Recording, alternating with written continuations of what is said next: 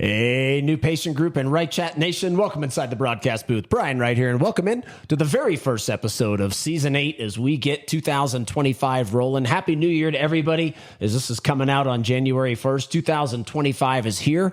Crazy, it sounds so futuristic to me. I don't know what it is about 2025 that is so different than 2024, but for some reason, I don't know what it is. It just sounds very futuristic. Next thing you know, we're going to be, remember Back to the Future Part 2, flying cars and everything. It just feels like we're getting day by day closer to all of the flying taxis and cars, and just seems futuristic. But hope everybody had a great Christmas.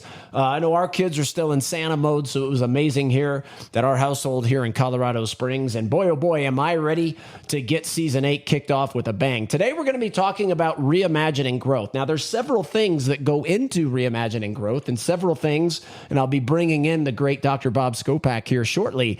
There are several things that we talk about today, so it's not just a one simple thing or one thing we want you to do, but this is something, if you're a rep out there, or you run a corporation out there, so you work for one and or run one, this is not messaging that you're going to get excited about, but it is important. Reps out there, because we have a huge rep following, listen to this podcast, you will become a better rep the more you understand and get into the brain of what it's like to be an entrepreneur. But what I'm going to talk about today is not something a corporation's ever going to look at it and go, wow, our numbers on paper are down, but we made more per hour, we worked less, and we hit our magic take-home number to where we could live our dream life, all right? That's going to be a huge messaging today. And so many of you out there, you're never going to go to an event and have people talk about what you're going to learn on this podcast today. New ways to track stats that you're probably not tracking, but you should be. All right, we're going to dive into that and much, much more on the very first episode. So let's kick off Season 8 with the brand new intro music, and we'll see everybody on the other side. The time for real change is now. When tough times test us, we overcome. When hardship hits us, we persevere, we innovate, we transform. If you're ready to achieve something special, buckle up and get ready for the ride of your life. Welcome to Season 8 of the New Patient Group Audio Experience, a podcast dedicated to revolutionizing lives, careers, and business, so you, your team, and your practice forever flourish in the new economy. And now, your host. He's a husband, father of two, a founder and CEO of New Patient Group and WrightChat, faculty for Align Technology, and a trusted speaker for Invisalign and OrthoFi, Brian Wright. Hey, everybody, welcome in. I get asked a lot, how do you come up with the intros and things like that? And hey, look, I wrote that one, and the guy, this is actually pretty cool. The guy that does the podcast for me, I've used for years. And when I went to hire him on Fiverr, is where I hire him every single year. When I went in there, I always listened to a couple intros, some of the new ones he's had since I've last used them. And the very first one he had on there was the Ben Shapiro show. So the guy, he's really moving up. The guy that does the podcast intro that you just heard, that's who Ben Shapiro uses on his show. So he's really moved up in the world. He's becoming more and more successful. So props to him. But I designed this podcast intro for Season 8. And I'm thinking about it. It may change throughout this particular season, but I like it because so many of you out there are hurting. So many of you out there, and you're hurting. A lot of it's self-induced, but a lot of it also is just, look, the economy sucked. It's going to affect people more in certain areas of the country than as others. You can't force people to have. This is why the dumbest thing you can do when the economy's down is advertise. It's ridiculous. And a lot of you out there do, you unfortunately, you do it. You spend money on pay-per-click when you can't force people to have money to spend on orthodontics. So what you have to do, dentistry beyond. So what you have to do is double down with all of the holes that exist inside your business. And man, that is so hard to get people to do. But I designed it because I know the people that listen to this podcast, New Patient Group, WrightChat family members out there. I'm so proud of you because you persevered during this time. Great leaders are not created when times are great. great leaders are born when times are difficult, right? They innovate, they persevere, they transform, just like the podcast intro does. And I'm so proud of all of you out there because you keep reinventing yourself. You keep understanding is that the way you're going to grow this year is not the same as next year, right? The team that gets you to your initial goal this year may not be the team that you have 2 years from now because you're trying to reach new heights. You're always evolving. And that is what a great leader does. Make no mistake about it. That is what a great entrepreneur does. Make no mistake about it. And so many of you out there, you have to understand the days of going to dental school, ortho school, coming out making a ton of money, they're over. Some of you are still getting lucky out there, but the majority of you understand you have to, no different than a chef that's commoditized. It goes way beyond your food. So that's how I came up with that intro for season 8, and hopefully everybody likes it out there. And because the messaging, it's true. I want all of you when times are tough to just love the journey that all of you fall into, right? The journey needs to fuel your fire. It is going to be different, that journey, every single year. The journey is going to be different for all of you. And you have to love the entrepreneur side of it. All right, now let's bring in the great Dr. Bob Skopek. How'd you like that? The great. Wow. I didn't know if you were talking about me or somebody else. That's awesome. Did that make you feel good? That made me feel good. Yeah. We got our matching black shirts on today. Yeah, I know. I noticed Yeah. that. You sure you don't want me to go change? I could go change. It's too late now. We already started. Yeah. We're here.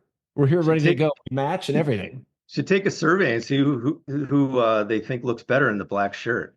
All right. So in the YouTube description below, after you all thumb this baby up, you can make some comments on whose black shirt looks better. Should have made you wear a hat too. We could have put that out. Yeah. But hey man, how was Christmas? Oh, it's good. Kids were home.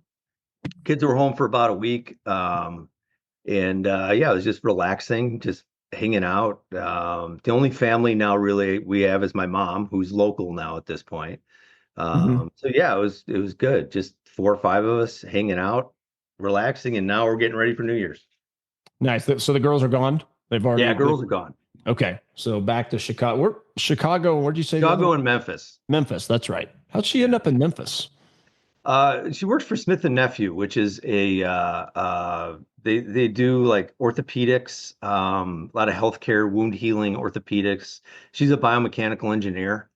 Okay. So she's worked with knee replacements for them. Now she's more of a product engineer. So okay. she sells, or not sells, but she educates the docs on how to use Smith and Nephew's products, and they're big corporate headquarters in the States. One of them in the States is in Memphis. Okay. All right. Does she like it? She loves it. Like Memphis? Yeah. Yeah. Cool. Well, I got a question, and for a lot of you out there, I mean, we teach a lot of different things on here, and I thought this would be a good one to kick off season 8, because a lot of you, I said this at the top, a lot of you are hurting out there. I've got all kinds of data saying the industry's down 15+%, conversions dipped into the high 40s, blah, blah, blah. So the messaging today is, we understand some of you may look at this and go, no, I need to go beyond this because I'm not even close to hitting my magic number. So we're going to dive into more of that, and I'm empathetic to it. But the main point today is redefining growth. And this will be a great way to kick it off, because I'm going to ask Bob here in just a second, did he grow? And when you hear the response, what most of you are gonna think is the answer is no. And he's gonna change your mind, redefine your mind around this. So let's kick it off. Did you grow last year? I feel that I grew tremendously. However, now my production is going to be down about 1.5%. Starts are going to be down maybe 6%. But I did grow tremendously because I worked 19 fewer days. We've cut some hours, so we're not starting as early, we're not starting as late. So from that perspective, I'm making a lot more money per hour, per day, than I was in 2023. So yes, I feel like I grew tremendously. I got a lot more efficient, but I'm not doing more cases. I'm not spending more money with my labs. I'm not spending more money with my monitoring companies. I'm not spending more money on employees because I'm adding days and I'm adding patients per day. So I'm working a lot more efficiently. But if you wanted to look at my numbers the way most people look at numbers, no, I'm down about 1% or so. Well, this is what I want to talk about for a minute. And I also mentioned this more towards on the intro. So this is not an episode that we have a huge rep following on this podcast from Invisalign to Orthofy to dental monitoring to tons of others. And this is an example reps listening on the more you learn about what it's like to be an entrepreneur, the better. Because a corporation, whether you work as a rep for a corporation or you run an Invisalign, Align Technology, whatever it may be, you are never going to look at numbers this way because you're never going to look at a data sheet and say we were down 1% or 6%, like Bob is describing, yet you grew. You're never going to look at it that way. But the idea for all of you out there, business owners, that is how you can set things up in a way that every year you make your magic number. So let's say your magic number is 500 grand, just throwing that number out there for now, is how do you hit that take home number every single year while working less? And the data he just gave you, a lot of you out there, and you're never going to hear this stuff in an event. They all teach you how to do more new patients, how more. But they don't teach you how to do more with less. And a stat all of you need to be very into is a stat he just gave. He knows it, is how many working days did you have this year versus how many working days did you have last year? If he doesn't know that number, correct me if I'm wrong, if he doesn't know that number, there's no way he could sit here and tell you he grew, even though the numbers on paper are down. Make sense? You're exactly right. And that's a very easy, simple thing to track, simple KPI to track. The next level of that, which has taken me time and to really get there, is how much you make per hour. Tim Ferriss's 4-Hour Workweek book was very impactful on me. And he talks about how business owners and entrepreneurs should look at how much money they make per hour. Now, I'm not punching a clock. I'm never going to punch a clock. I'll never know exactly. But yes, it's about the day's work. But, if I'm working a 4-hour day and I'm starting 5 people and doing 4 exams, that's a lot of production and that's a lot of efficiency per hour. Yep. Now, if I'm working a 10-hour day and I'm doing 3 starts and 3 exams, that's not as efficient of a day. So you're right. The number of days you work per year is a very simple, easy KPI to start with. But the next level is how much you make per hour, how much you produce per hour. I'm going to ask you a follow-up question to that in just a second. But this is, for so many of you out there, you chose to own your own business. So you're an entrepreneur. Now, there's 2 different things. I'm going to be doing an episode probably this season about the difference between a business owner and an entrepreneur. Those are 2 very, very different things. And unfortunately, many of you out there run your business as a business owner, not an entrepreneur. Now, one of the examples of that is what we're talking about. As a true entrepreneur, you do not open up your own business and risk everything, your house, and have student loans and millions in debt to make a little money and have no time to enjoy it. Like, the goal for all of you out there is to make as much money as you can in the fewest possible days every single year. And a lot of you do not set that up. And like we said, the number changes. If you're opening up a practice next week and you're a single dude, as an example, your magic take-home number that you need to hit is going to be far less than when you have 3 kids and a wife, et cetera. So this number is an ever-going, ever-evolving number that all of you should know. You should know, to live my dream life and do whatever I want in life,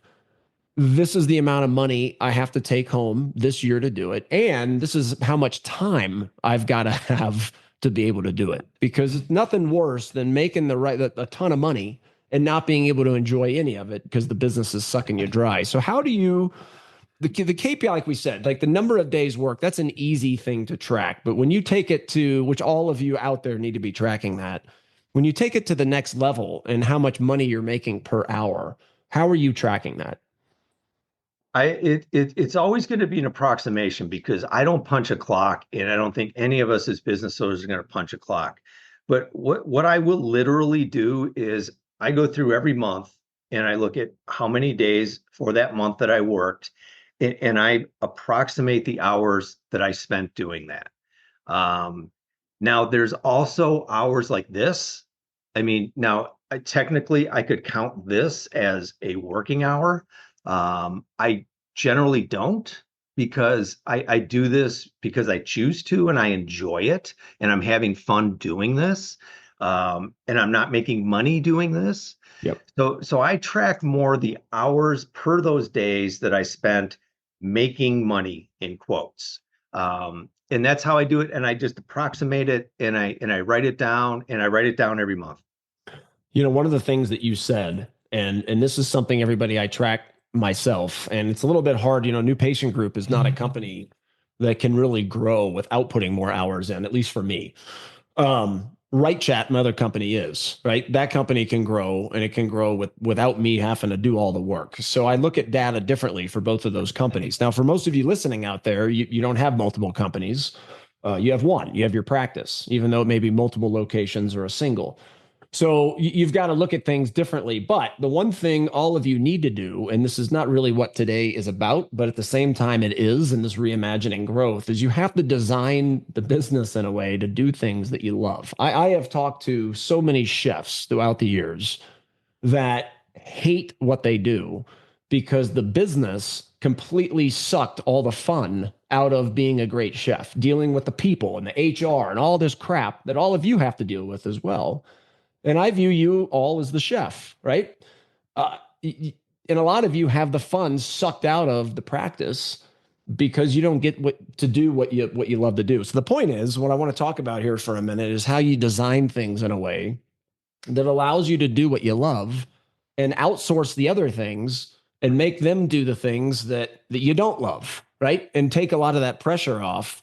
I want you to talk about that for a minute. And you have two different business models with your practices as well. Well, and here's the first thing I think that we all have to realize, and we just had this conversation a while ago. It's like, if you look at, say, engineers, for example, or chefs, let's put engineers and chefs in the same category. They're very good technicians. They know how to do their task very well. Most of them don't know how to run a business. Very few engineers and chefs will run a successful business. Most of them work for somebody else doing their task and doing their craft. That's the same thing with orthodontics and dentistry. We are trained as technicians. We are trained to do our craft. We're not trained to own a business. But yet most of us do own a business. That's the difference. Yep. Most dentists come out, they don't know anything about it, but they have to, or they do go run a business. So the first thing is to just really educate yourself and read on the minds of some of these great business people, the Steve Jobs, the Jeff Bezoses, all these guys that have been entrepreneurs and run the business, because you have to think differently. None of these business models have come about really because I'm an orthodontist.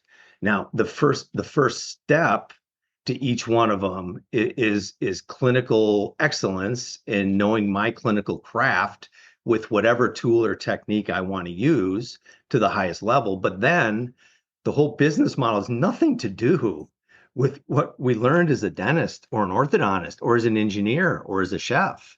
I mean, it's a completely different skill set. So to do that, I think you first have to do a lot of reading. You have to educate yourself, and you have to think very differently, because there's different steps for each of us. I mean, and the steps that I went through to kind of develop this model is first and foremost, I became an expert at the technique I do. And I'm a clear aligner orthodontist. I'm 97% clear aligners. I'm 97% Invisalign. I consider myself a clear aligner orthodontist. Now, I was Invisalign certified 24 years ago, and I sucked at it for a good 10, 12 years. I mean, at least you can admit it. Well, I can. And quite honestly, I think the product sucked and I sucked, initially. Now I don't believe that. But so first and foremost, I got myself educated on that clinical skill set. Okay. Then you have to learn how to work a P&L. and run a P&L. And if nobody knows what I mean by P&L, you just go out there and learn about a P&L and a profit and loss statement. I think it's one of the simplest yet most impactful financial statements you can have. You look at the P&L. What am I making money on? What am I losing money on? What do I need to change in there? From there, I worked on my workflows and my operations and my systems and what I needed to buy or what I needed to get rid of, what I could outsource, what I couldn't outsource. And I think a lot of people make the mistake of starting with that. Yeah. When you should really start with, here's how I want my practice to go. Here's the technique I want to use. I'm going to get great at it. Okay, now I'm going to figure out, am I making money? Am I losing money, and why? What do I change so I can make money or lose money? And then what are the important KPIs that I need to track after that? And those are things, I think that's a little different order than most people will go through. For sure it is. Because most people will go listen to that KOL get up on stage and say, go try brand X because it's a game changer. Well, it's not a game changer unless it fits my P&L and unless I can use it to the highest level. So that's what I've figured out with what I've done and the way I've looked at it. You gotta get your clinical craft to the highest level with whatever you want to use. You have to look at your P&L and work the P&L and run the P&L to create profit in there. Then you modify your systems, your workflows, your operations, your outsourcing, your products, wherever you're going to buy to make that P&L profitable. And then you determine the KPIs you're going to track.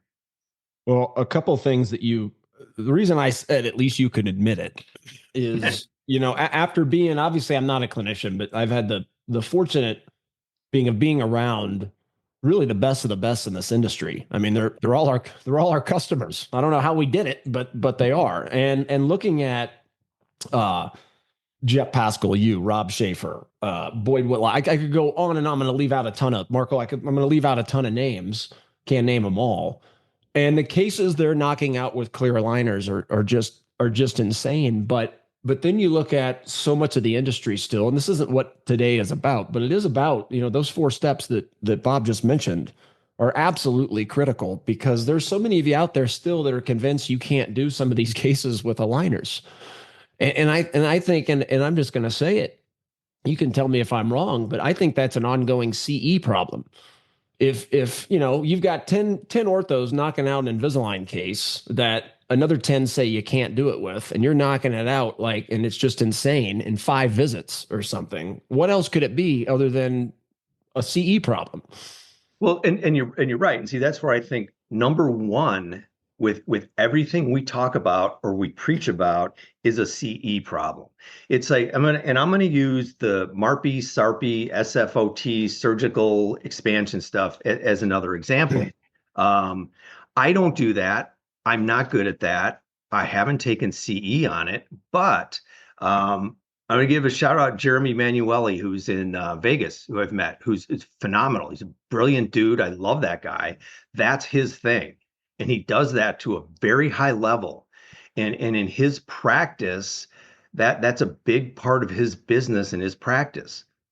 That's great. He knows how to do that. I don't. I have a CE problem with MARPIs, SARPIs, and SFOTs, and I choose not to do it. And you're right. Other people will have that CE problem with clear aligners.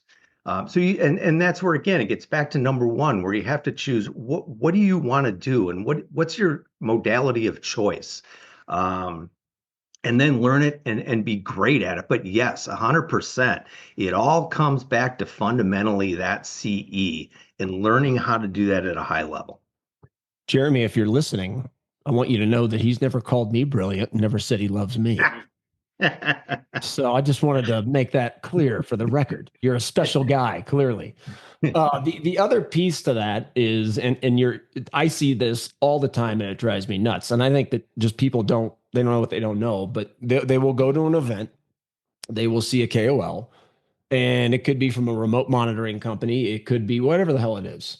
And therefore they go and they buy it instead of realizing that the modality, the remote monitoring, WrightChat, whatever it is, Invisalign, ClearLight, whatever it is, has to fit the model that you're trying to run and what you're trying to get out of your life, your career, and your business. That has to come first. And then you go and you pick the companies that fit into that model. And that absolutely goes into reimagining. That's why so many of you are all over the place. Like you'll try, this remote monitoring company for 2 weeks and then say, it doesn't work, and you'll throw it in the trash. When it works great, it's you. And I mean, what are your thoughts? What are your thoughts on that? Well, 100%. And that I discovered a lot of that in my step number 2, where you work the P&L and you run the P&L because I can't afford to pay my dental monitoring bill. I can't afford to pay my OrthoFi bill. I can't afford to pay my WrightChat bill. And I certainly can't afford to pay my Invisalign bill if I have my office staffed with those 16 people that I did in a traditional braces and wires practice. So by running the P&L and analyzing your P&L, you figure out what do you want in there, and what do you want to do. Now, for me, it's like I don't need this many people. Other people will look at it and say, well, I don't need the remote monitoring. I don't need the Invisalign. But for what I wanted out of the practice and the efficiency that I thought I could gain, I kept the technology. And I got rid of other things that we didn't need with the technology and the outsourcing. But it doesn't start with buying the outsourcing or buying the technology and trying to fit it in to whatever model that you have. Yeah, that's a great point. Earlier, you had brought up Tim Ferriss's book, and one of my, and I think we're getting through to people more than ever before, and it's becoming more of a norm. But as we do this podcast today, New Patient Group has been around 12 years. So we're about to enter our 13th year. So next November will be our 13th year, which is crazy. And one of the things I have preached forever is whether you're a chef, whether you're an orthodontist, whether you're a dentist, whether you're me or whatever, is go outside your freaking industry and learn from just people that are badass at what they do. Whatever it is, right? They've had 7 companies and they could all be plumbing companies, whatever it is. And it is so hard to convince people, and no one's telling you don't listen to another doctor, don't go to some of these events. You should, but where most of you cut that off is exactly what Bob was describing. Is those famous entrepreneurs that can teach you so much, which is exactly what our purpose is inside this industry.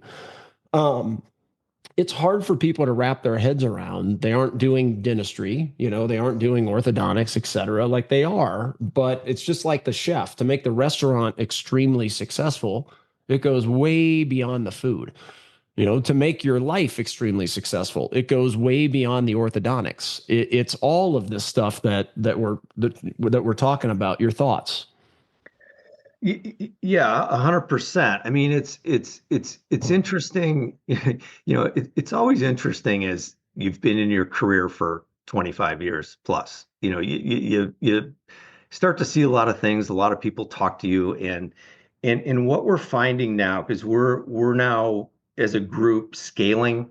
What I'm doing with ClearCut, with the Invisalign only, clear aligner only, boutique satellite model, and these young orthodontists coming out of school, they realize what you just said, that we don't know how to run a business, we don't know what's going on, and we need help, and we want mentorship.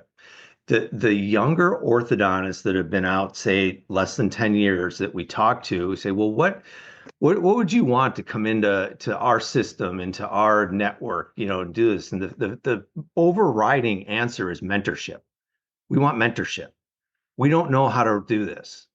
And yes, you have to listen to people and learn from people that know things different than you do.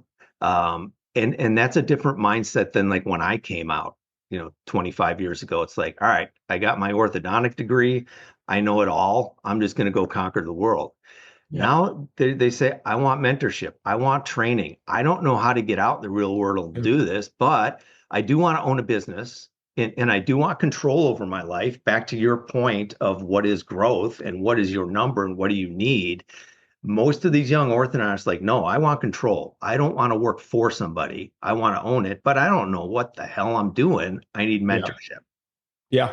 I see it a lot. I mean, we have, and this was not the case 5+ years ago, but it is now. So we have a ton of residents that listen to this podcast. We have tons of doctors that are going to become and open up their first practice as customers in the mastermind group. And we see it exactly what you just said. And a lot of them, what they've told me is that, yeah, I kind of want two different types of mentors, right? The orthodontist that's great clinically, that's one, but then also find a really successful entrepreneur. And it may happen to be another orthodontist, or it may be a person like myself, or whatever it may be, is they want a business mentor and a clinical one. And sometimes that's the same person, but oftentimes that's two totally different ones. And it's just becoming a niche that I have found that they truly enjoy from this podcast and, listening to people like yourself. Hey everybody, Brian Wright here. I hope you are enjoying the first episode of season 8. Certainly when Bob and I get together, he's a longtime customer, longtime friend of mine. When we get together, we can go on and on and on about some awesome things. So hopefully you're getting a lot out of it. I want 2025 to be the year that you took action. Become a part of my mastermind group. I'm going to put a link in the description below that you can click on that'll take and discuss what you get as being a mastermind member of New Patient Group. There are so many forward-thinking doctors, and it's a really cool mix of doctors that are just opening up their business to ones that might be opening up in a year, to the biggest names in the industry and people in between. Unbelievable forward-thinking clinicians in the group. We meet together every single month on Zoom. We have our spouse doctor in-person event. You also get a trip to my house to stay with me for some business and life stuff. And look, business is difficult. When you decide to own a company, it is a really hard thing. And we are here to guide you through that ever-evolving process. Click on that link, learn more about it. There's going to be a Calendly link as well. It'll be to Stephanie Solomon's Calendly link. Click that, schedule a 10, 15-minute consultation with her to learn more, become a part of my mastermind group, and look forward to seeing you as a part of the MPG mastermind family. Now let's get back to today's episode. And I would say oftentimes it's several people. It's really never just one people. Right. It's several people. It's people that you'll actually maybe meet and see. And it's people that you may just read their book. It's people that you may just watch a YouTube video on. But I think it's a multitude of people that you need to listen to and need to evolve your mindset and evolve your skill set. Yeah. No, I think that's a good point. And it's like I said, the masses, it's hard to convince, but I think it's becoming more and more the norm. So I want to recap a little bit here. One, like I said earlier, this is not going to be, obviously Bob's very involved with Align Technology. So am I. This is not a message that is going to excite the corporations out there, but it is important for all of you as the corporations to understand how our minds think. Because, and just like what you said earlier, the down 1% and the down 6%, a corporation views that, and the board is not going to be happy. Those are not numbers, and a corporation's never going to look at it. How can we set things up so our reps work less, right? That's not the way your world works. It is the way our world works, right? That's the point of owning your own company, is eventually make your magic number and work less and less and less every year. Easier said than done. A lot of people never achieve it. A lot of people never even achieve their magic number. They don't have the time to actually enjoy it. And like I said, I do understand a lot of you out there, your magic number may be X, and because the industry got their butt hammered last year, a lot of you may not even be close to it. But I still think a lot of this applies to everybody out there, because even if you're not close to it, one, you have to identify it. And I don't think a lot of people even have their number identified. I mean, you could probably go and ask an audience of 1,000, and the majority of them are not going to know what that magic number is. And you got to know it. Agreed? Yeah, approximately. Approximately. Yeah. I mean, I've never stressed myself out with stuff like that. But part of the reason I don't is, and you know me well enough. I mean, I have the mindset that, I don't know if I'm the richest guy or the poorest guy in any of these rooms, but I feel like I have more money than I could ever spend in one lifetime. Yeah. And a lot of that maybe is, I'm the first one in my family to go to college. I grew up in a house that's literally the size of my kitchen right now. So I have more than I could ever use. So it's somewhat that with the mindset too. And my car is now 10 years old, but it's a Porsche. So I mean, I'm not going to complain about that, you No, know. you can't complain about, but So also so you could go some get a new one if you wanted to. yeah, so some of it You with the know? numbers, I've never freaked myself out with the numbers, and I'm a little different that way because every financial guy we've ever had is like, "What's your number? What's this? Blah blah blah blah Yep. blah." And I guess we know approximately, but you get to a point where it's like you have enough. That's all you need, and I don't worry about it. Well, and that when I talk about, I mean, you know me well enough too, where I'm very weird when it comes to looking at numbers. But all of you don't need to stress, but you do need to know the digits. If you're a person that, and Bob's a relatively simple guy when it comes to this, right? If you are somebody that wants 8 cars, a boat, 3 homes, a plane, things like that, your number's going to be different. And I think it's important for all of you to still know it. But really, the point of knowing it, and this is just what Bob has done, is there's no point if your magic take home numbers around 500. Like I said, it changes, right? Next year, it may change to 550 or 450. The number is always evolving because you should be always evolving. But there is little to no point in working harder and longer hours, et cetera, to try to bring home 600 grand when 500 grand gets you everything you would ever dream of getting. There is no point. The point of that is everything above the 500 number, you should outsource, you should make things easier on yourself and work less. Makes sense, right? Yeah, well, and that's and the biggest commonality I see and the biggest problem I see is people will go from 500 to 600, but they'll work 3 times as much. And, Exactly. and it's not worth it. It's not like they work an extra hour a week to go to that. They Yep. work an extra 2 days a week. And Yep. it doesn't make sense at all.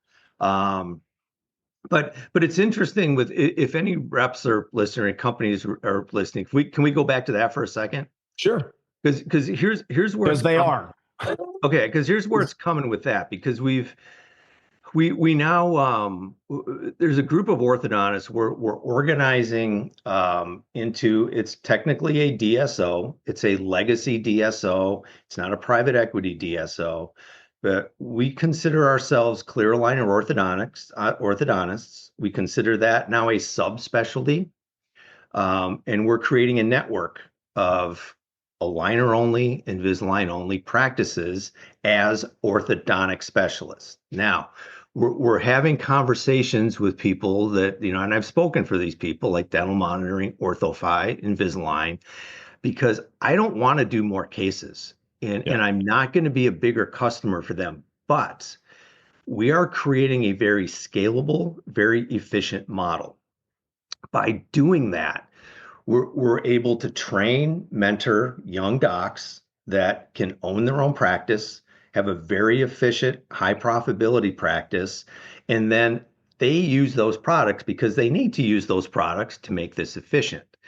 So I'm not, and the other, the Regina Blevins and John White and the other people in this group, they're not looking to spend a whole lot more money with these companies. But as we train and mentor these young people coming in, these companies will thrive because there's more people using their product Yep. in a more efficient way. And we're really trying to create this next generation of orthodontists that do it efficiently and are doing it in this modality where they don't have to work their ass off all week. So that's where it's coming with the companies. And we're getting pretty good feedback with a lot of these companies because, again, I've been fortunate. I've got to meet a lot of the CEOs and a lot of the higher ups in these things just from doing some talks for them. But you're right. To your point, it flies in the face of what they do, and especially with their reps. It's like sell, sell, sell. Get them to do more next year. It's Yep. like, well, maybe not. Maybe just let them scale this. Let these senior docs train these junior docs. The senior docs will get a great exit strategy without selling their life away. And this creates a whole generation of younger docs that will use that company's product, whatever that company may be. And that's where I think the big companies need to get to see the future. Now, the challenge with that, and every CEO, every executive of every major company will admit this, they're worried about next quarter. Absolutely.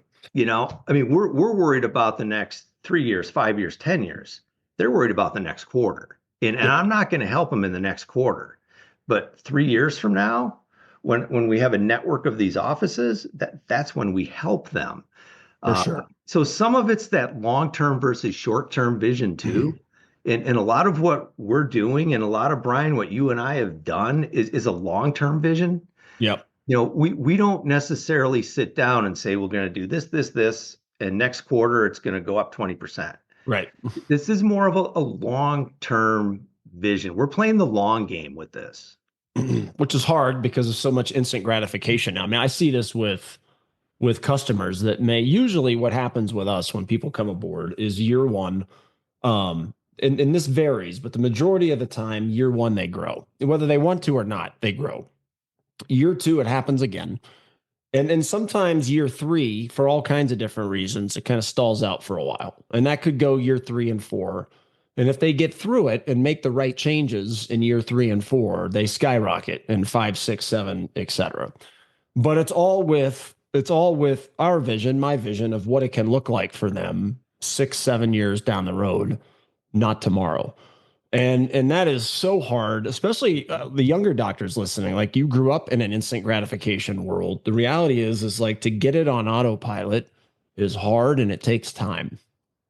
It absolutely takes time. And if you can be looking 5+ years down the road and make the right moves to get there, you're gonna enjoy it. But it's hard for some people. The moment they stall out year 3 and 4, they freak out, even though things are still going great. They just can't see it because the paper a lot of times doesn't show it to you.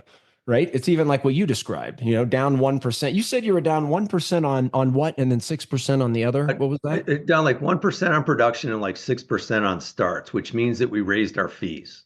Okay. And we did some very strategic fee changes this year. The other book I always talk about is Blue Ocean Strategy. We talked about that on something.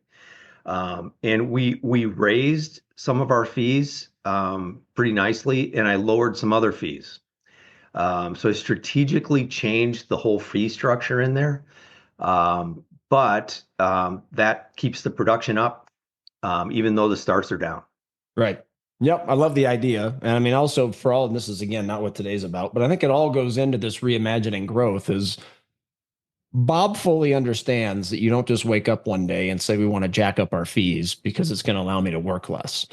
Like, if you're going to raise the fees, and for some of you, you're in higher income areas than others, blah, blah, blah. But if you're going to raise your fees, there has to be, at least what I teach, there has to be an enhanced experience along the way to do it. And this is the other thing that drives me nuts about this industry is you'll get people up there on stage saying, raise your fees to an audience of 1,000.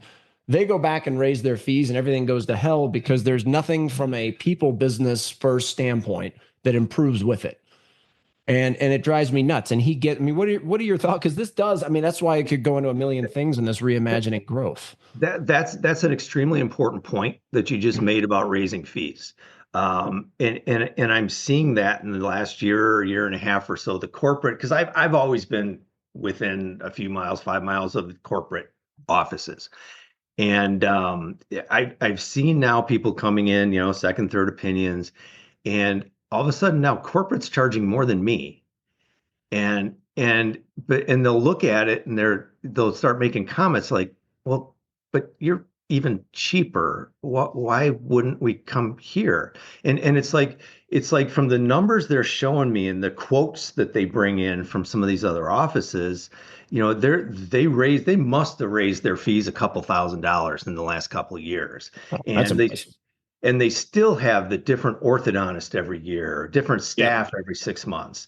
So to your point, that's a very important point, because you can't just sit down and say, look at my P&L, I'm going to raise my fees. You have to go and you have to change that whole workflow. experience, the techniques you use, the technologies you use. You have to have that whole structure in place. Otherwise, they're going to look at that and say, why would I pay that there? Because Yep. so that's an extremely important point, because people will tell you to raise your fees. And if you have a half-assed practice that can't support it, it's not going to work. Well, and this is probably wrap it up on this, but you get this. I mean, you've heard me preach this 1,000 times, but it just goes back to you all are people first businesses, and people do not understand why you're 2,000 more than their other opinions if your people are not trained on sales and hospitality, communication, and verbiage and presentation and psychology, all these things that we go around all over the place teaching every business. And we just found a niche in the ortho dental world. That's how you raise your fees. Now, obviously, you got to be a great clinician, just like a great chef. That's part of it, part of the bundle, but it can't be the only bundle. Like, your team has to be trained on this stuff from experts and how to happen to apply it in the ortho, dental, et cetera world. So I see it drives me, and I feel bad for a lot of the doctors. They go back and sabotage their business just because they hear things from some guy or girl on stage. They go back, do it, and it's the one on stage runs a totally different business model, wants something totally different out of their life. Their magic take-home number is different, and yet they're telling you to run your business the same way. It drives me crazy. It doesn't work. And you're 100% right. And also, to that point, what we're attempting to do with this, with our Vanguard group and our Vanguard DSO, is we provide the mentoring for what you exactly said. It's training with people like you, but it's also mentoring from a senior doc that understands that. It takes all of that, because there's, people will go to meetings all day long, and probably 3% of the people in that crowd will actually ever implement anything. Maybe exactly. So the future is, yes, training on that so you can actually raise the fees, but also the mentoring on that. I mean, as orthodontists, we don't get that. We don't know that. And there's a relatively small group of us that understands it and does it. And that's what we want to scale at this point. And that's what I think the future of orthodontics is. I mean, if we're going to remain a specialty, and if we're going to remain one of the best specialties out there, we're going to have to do stuff like that. Yeah. No, I love it. Good stuff, man. Yeah. Yeah. I mean, I just, we knew this, we talked before we recorded the podcast on how this topic, while mainly about tracking how much you're working, finding out how much you're making an hour, finding your take home number, was really the main message in reimagining growth. But it's everything that we're talking about today. Every single thing goes into all of you reimagining growth. And so many, say the new patient group customers, I think 80% of them were up last year. Which is something we're really proud of. I think 30% had their best year ever. I think that's the data. But there were still some that were hurting. But if you just do, the point is if you just do these things, you will be fine. You will have more fun, like maybe not every year, but you're going to be fine. You don't have to fall into this trap that a lot of you fall into, that if the industry's down, you're down. If the industry's up, you may be up. It doesn't have to be that way. But you do have to reimagine how you're doing things, period. Agreed.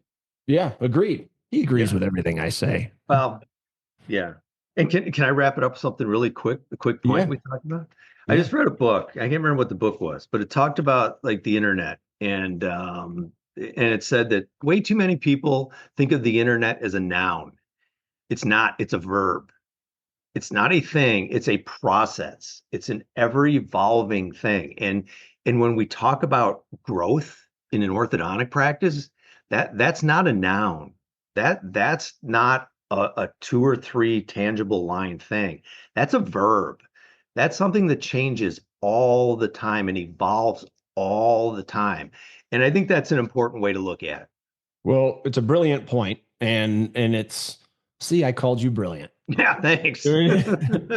But this is among many other reasons. One of the reasons I started this company 12 plus years ago was every year it evolves. And if you're just hiring company A, and then this is how, unfortunately, I think a lot of you do it. If you're just hiring company A for this year and company B and C and D, and you're just all over the frickin' place, you don't have a consistent messaging within your office that's going to help you evolve as the times change and et cetera. So that's why I like being a part of the practice, because next year is different than this year and et cetera, et cetera. So thanks for coming on, man. Thanks for having me. It's fun. It's always fun. This should have been a good way to kick off season 8. So we're doing some different things this year. I'm going to bring in some more guests than we normally do and things like that. So good stuff. All of you Reimagine growth. Is there anything else you want to talk to them about? No, I didn't. Not that I can do in under 3 hours. So no, I'm good. We'll have you back on. We'll do it. Okay, cool. Because I think about 10 things we talked about today is a podcast in itself, for sure. So we can spin this off in a lot of different directions. But appreciate it, everybody. Until next time, appreciate you all following the podcast. Please thumb this up on YouTube, make some comments, give us a 5-star review on whatever outlet you're listening to the podcast on, and we'll talk to everybody soon. Bye-bye.